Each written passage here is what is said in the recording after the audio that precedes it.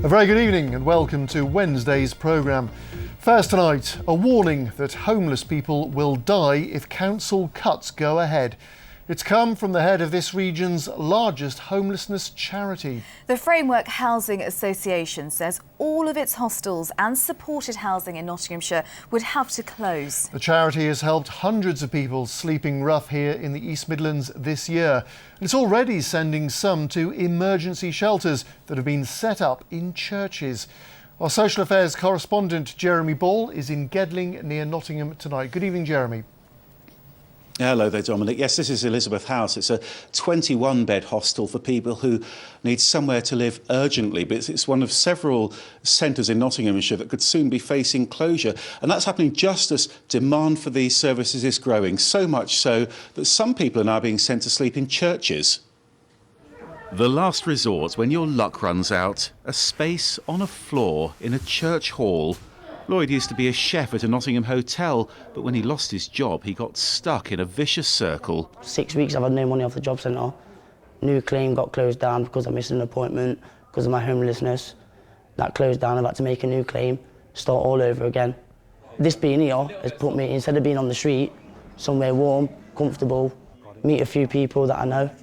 They're my brothers. I've got to do something tomorrow. Lloyd's one of more than 20 homeless people who moved into St Thomas Helwys in Lenton this week, one of several churches that are taking turns to offer shelter and tea and toasties.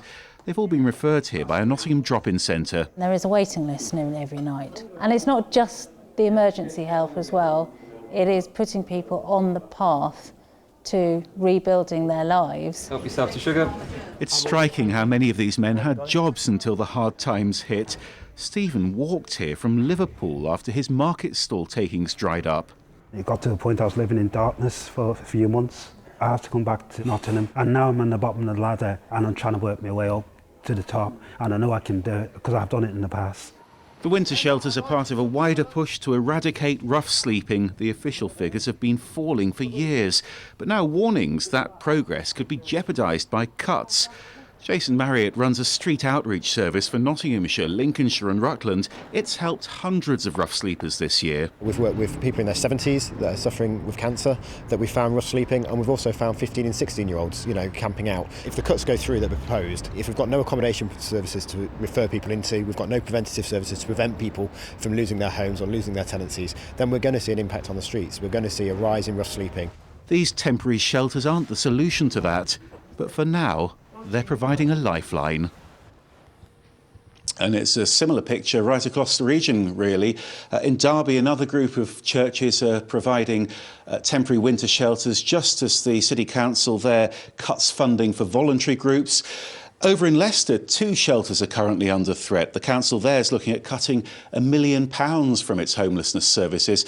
Here in Nottinghamshire, Framework's most worried about cuts in its county council grants. It's also due to lose well over £1 million next year. And we can talk now to the Chief Executive of Framework, Andrew Redfern. Andrew, you're warning that people will die as a result of these cuts. Aren't you scaremongering? No, Jeremy. In the course of a year, we work with over 6,000 very vulnerable people right across the county, including about 400 people who use services like Elizabeth House here. And before these services existed, people did die on the streets. And if they close, I'm afraid that's likely to happen again. So what's going to happen to the people who live here at the moment?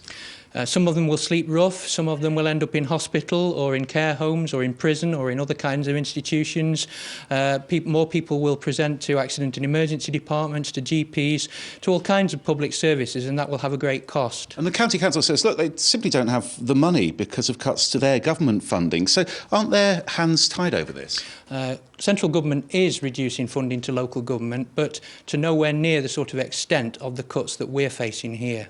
OK, Andrew Redfern, thanks very much for joining us. And Nottinghamshire County Council say they're still talking to Framework about finding alternative funding sources, but they say they have a legal obligation to provide other services and prioritise other services, and will have a final decision sometime in the new year.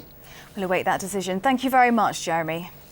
Next tonight, finance bosses at Leicester's hospitals have revealed they'll need an emergency government loan to bail them out of debts of almost £40 million. The University Hospitals of Leicester Trust admits that its cost control has been poor.